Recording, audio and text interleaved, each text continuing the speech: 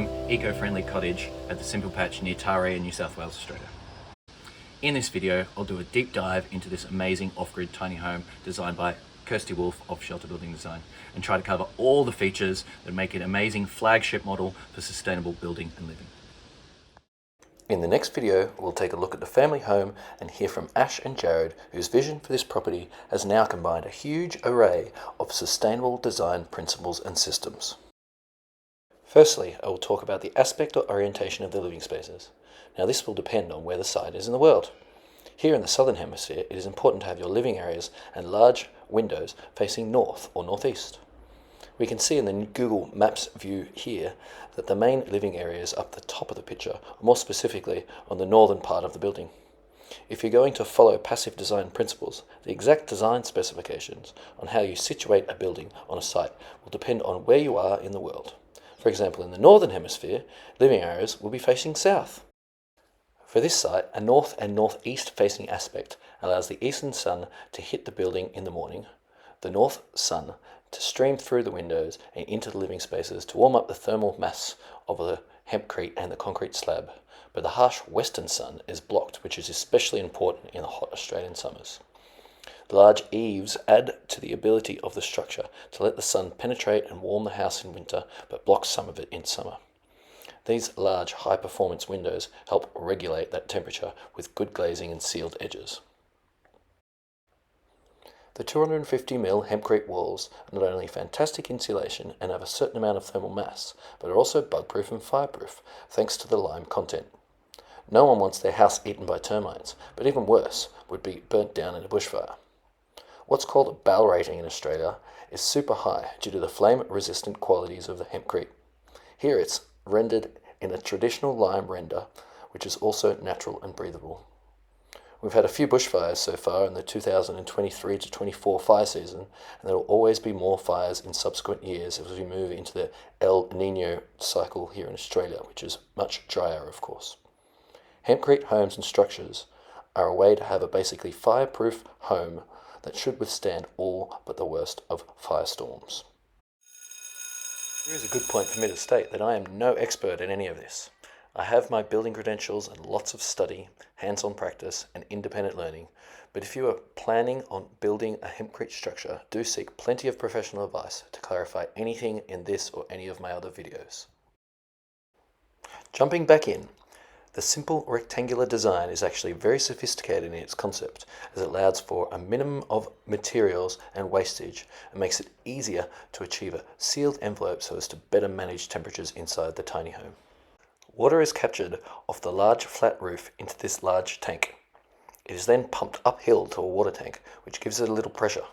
But the main pressure comes from this little pool pump, which is enough for this tiny house.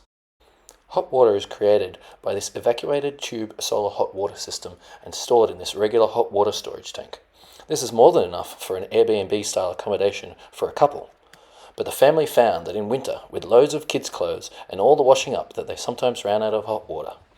If they built this cottage again, they would use a heat pump system. Power is generated from the rooftop solar panels, which are wired to a solar controller inverter combo unit and stored in 3 batteries. There is room for another 3 batteries, but for the current style of B&B accommodation, there is more than enough power and the batteries rarely drop below full charge. Pretty good for an off-grid system. So this system easily powers the whole tiny house, which is now an Airbnb that you can come and stay at. But it completely served the family of 3 when they were living here, including clothes and dishwasher, fridge, lights, TV, charging devices, the lot. Plus they ran a 100-metre cable down to the building side of the family home to charge all the batteries for the builders and other trades, and only a few times on cloudy days, with a high load of building going on, did they run low on power. At which time it was the afternoon and it was time to knock off the day anyway. And due to the passive design principles and hempcrete insulation that regulate the temperature so efficiently, including heating from the sun, thermal mass, which contributes to both the warmth and cooling of the home, plus the cross ventilation to bring in cool afternoon air after some hot summer days, it's very rare that a healthy human would need to put on any heating or cooling devices. Now it's important to note, taking a phrase from Jarrod the owner builder, that off-grid is not what it used to be. This cottage is packed full of all the normal comforts of a lovely home and then some. The fresh linen and Zero Co household and personal cleaning products send the eco and sustainable experience to the next level. We were so lucky to enjoy this, but it really should be just an everyday thing. You can come and stay in this lovely cottage, and I'll pop the link to the Airbnb listing in the description. Feeling the sun creeping through the clouds and into the large north-facing windows to warm up the house as I was doing some work for this video was magnificent. We can see how the sun beams through the large windows to warm up the slab around 7:30 a.m. One can easily close the curtains if you want to keep the area cooler in warmer months, or open them wide to let the winter sun stream in during the cooler months. And of course, the design of the eaves helps with this. Check out this time lapse that started at 7:45 a.m. on the 8th of October, Australian springtime.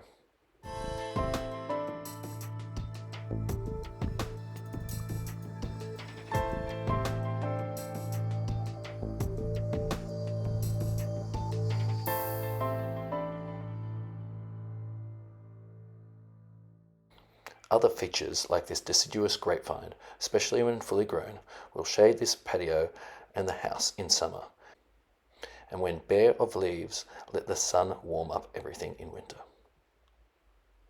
Thanks so much for watching, and best wishes on your particular sustainable journey.